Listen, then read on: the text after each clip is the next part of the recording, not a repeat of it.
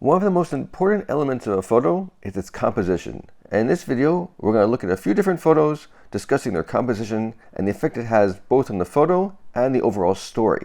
So I was walking around a location not so long ago where I saw this very interesting scene with all these pigeons perched on this power line tower. And I really wanted to get a picture of it. So I started off actually with a photo like this.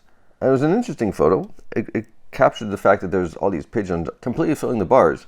But at the same time, I felt it was a little bit lacking because it wasn't so clear what we're looking at. We have a few power lines and we have this converter, I guess, over here.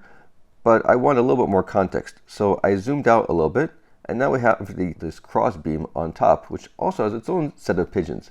So I felt it was a little better picture, but I wanted to see if I could push it even further, and so I zoomed out one more time, and I came up with this image here, where we have double power bars, which is maybe more iconic. So this is the image I ended up with.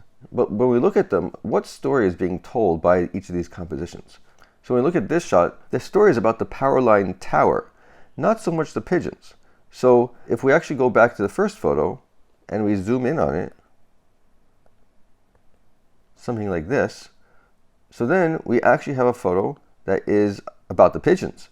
And the context isn't as important in a sense. So it becomes more interesting, intriguing to see a composition like this.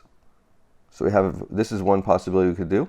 And then if we move to the power line one, we can maybe go like this, where also we're zooming in and making it clear that the focus is our pigeons.